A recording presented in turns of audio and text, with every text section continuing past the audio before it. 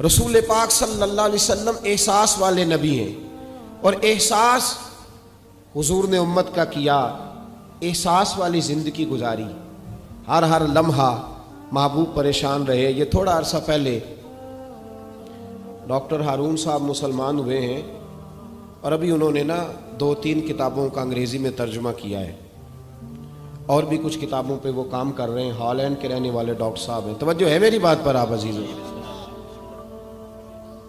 Doctor صاحب کہتے ہیں کہ میں نے یہ سنا تھا کہ مسلمان دہشت گرد ہیں، یہ بم بلاسٹ کرتے ہیں۔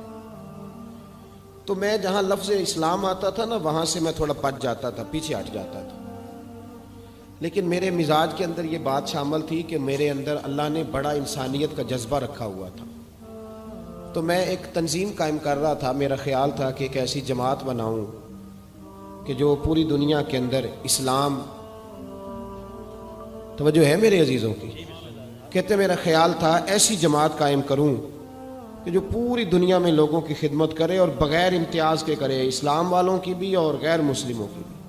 لیکن مجھے بڑا دھچکا رہتا تھا کہ مسلمان سخت گیر قوم ہے۔ میں نے بہت ساری جماعتوں کا منشور اور دستور منگایا، اور میں نے کہا میں اپنی جماعت کا دستور لکھوں گا تو پہلے ذرا سارا میں مطالعہ کر لوں۔ ڈاکٹروں کا ٹیبل ہوتا ہے، اس کے اوپر شیشہ لگا ہوتا ہے، نیچے وہ جو چیز ضروری ہوتی ہے وہ رکھ لیتے۔ کہتے ایک مصر کے مولانا صاحب آئے ہوئے تھے ہالینڈ کے دورے پر، اچھی انگریزی جانتے تھے، تو کسی وجہ سے علیل ہو گئے۔ میرے پاس وہ آئے، اور انہوں نے دیکھا کہ میں انسانی حقوق پر کچھ لکھ رہا ہوں، کام کر رہا ہوں، تو وہ دیکھ کر کے مجھے کہنے لگے کہ ڈاکٹر صاحب آپ کوئی تنظیم قائم کر رہے ہیں؟ میں نے کہا ہاں۔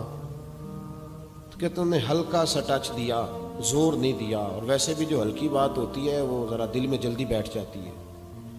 کہتے ہیں ہلکا سا ٹچ دیا، کہنے لگے اگر کبھی موقع ملے تو میرے نبی پاک کی بھی سیرت پڑھ کے دیکھیں، بس ہلکی سی بات، اور وہ جملہ چھوڑ گئے۔ اعلیٰ حضرت فاضل بریلوی علیہ رحمہ نے لکھا ہے ضروری نہیں کہ تم جو کہہ رہے ہو وہ منوا کے اٹھو، لیکن میسج ضرور چھوڑ دیا کرو۔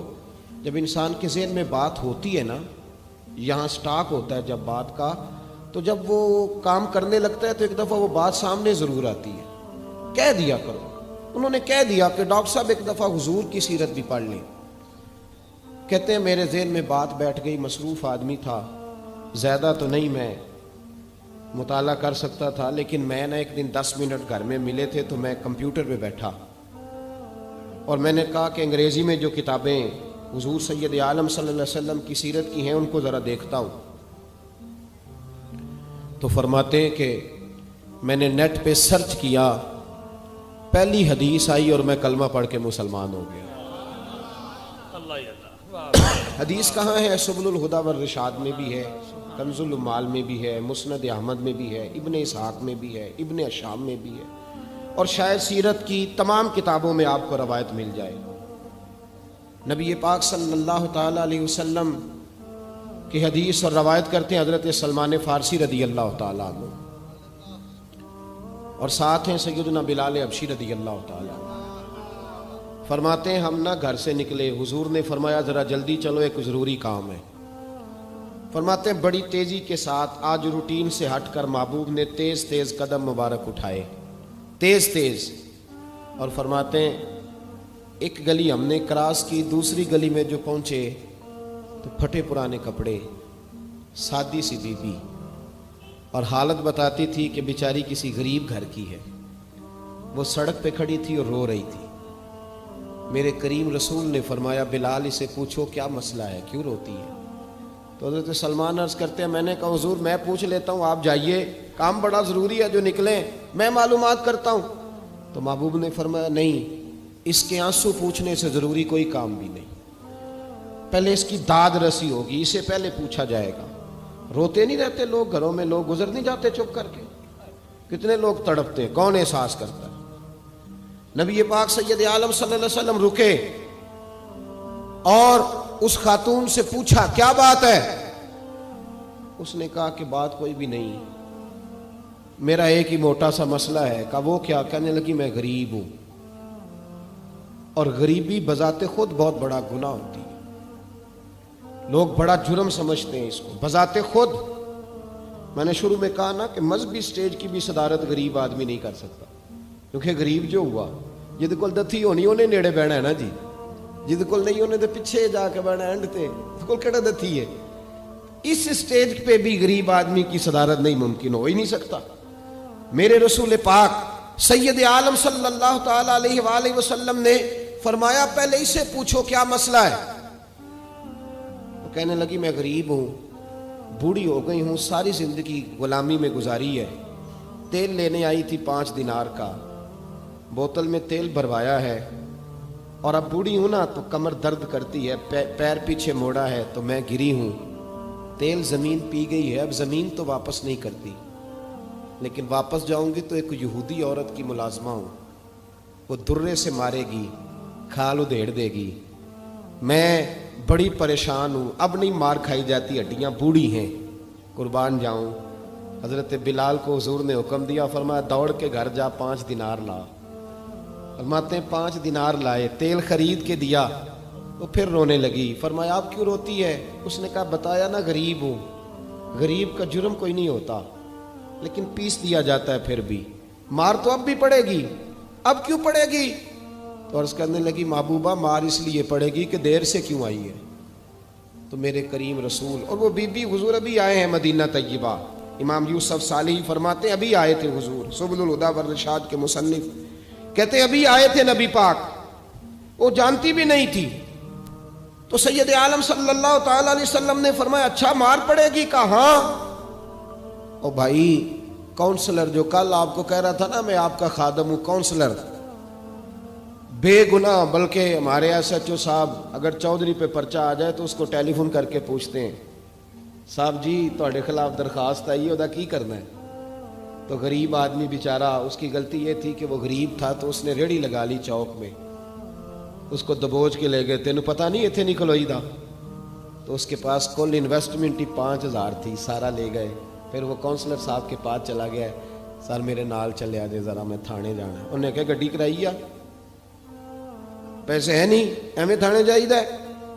اب وہ گاڑی لایا ہے، پتہ نہیں کہاں سے لایا ہے، تھانے پہنچا ہے، اور یہ ہے ہمارا حال کہ وہ ایس ایچ او بھی بیٹھا ہے کرسی پہ اور کونسلر بھی کرسی پہ بیٹھا اور وہ غریب پیروں میں بیٹھا ہے اور ہاتھ باندھ کے کہہ رہا میری ریڑھی دے چھڈو، میریاں 4 تیاں نے تو میں شامی کھانا کھڑنا ہے۔ کدھر گیا امت کا وہ ذوق؟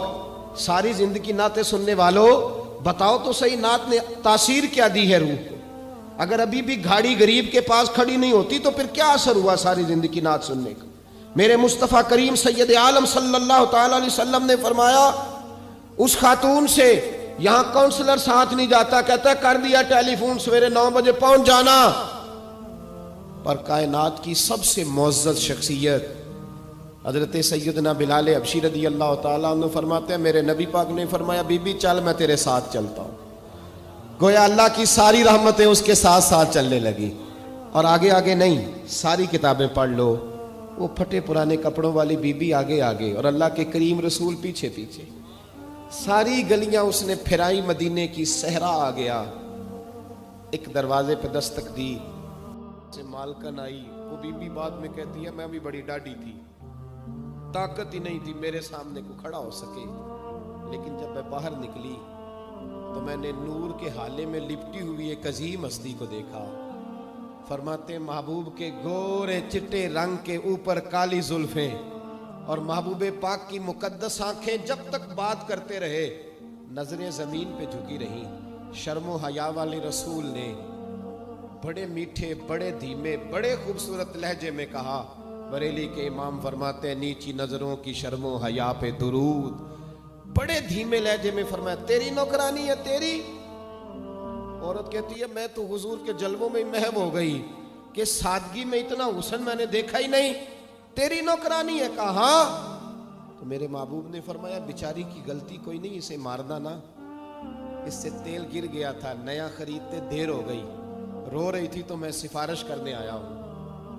وہ خاتون کہتی ہے کسی کی نہیں مانی تھی، پر محبوب کے جملوں میں تاثیر اتنی تھی، ککھ سواد نہیں مشری اندر، اساں کھنڈا میں چکھ ڈٹھیاں، انہاں ساریاں شیواں نالوں گلاں سجن دیاں مٹھیاں۔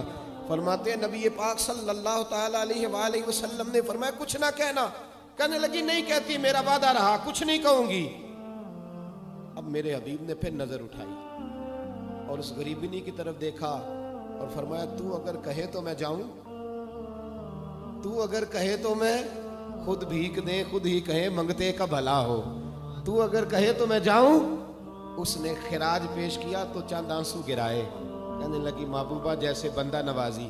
حضور نے رخ پھیرا تو حضرت بلال کہتے میں پیچھے رہ گیا تو وہ دونوں بیبیاں دوڑ کے میرے پاس آئیں. کہنے لگی بتا تو صحیح ہے کون, یہ بتا تو صحیح کون تھے. تو حضرت بلال کہنے لگی تم نہیں جانتے. جناب بلال فرمانے لگے یہی تو ہیں جنہیں اللہ نے سچا رسول بنا کے بھیجا ہے.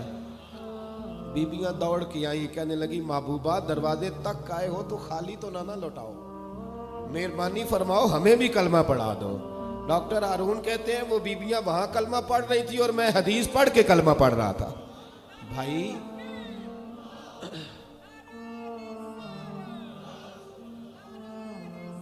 اگر دولت احساس ہے نا پھر تو زندہ ہے. جو زندہ ہوتا ہے اس میں لچک ہوتی ہے, جو مر جاتا ہے وہ اکڑ جاتا ہے. اگر زندگی ہے تو پھر احساس ہونا چاہیے. اگر تیرے اندر زندگی ہے تو پھر احساس ہے, اور اگر تیرے اندر احساس نہیں رہا نا تو پھر زندگی زندہ دلی کا نام ہے. مردہ دل کیا خاک جیا کرتے, احساس سے مروت پیدا کر. تھوڑا سا دائیں بائیں بھی دیکھیں, تھوڑا پلٹ کر بھی دیکھیں کہ کہیں آپ کی ضرورت تو نہیں.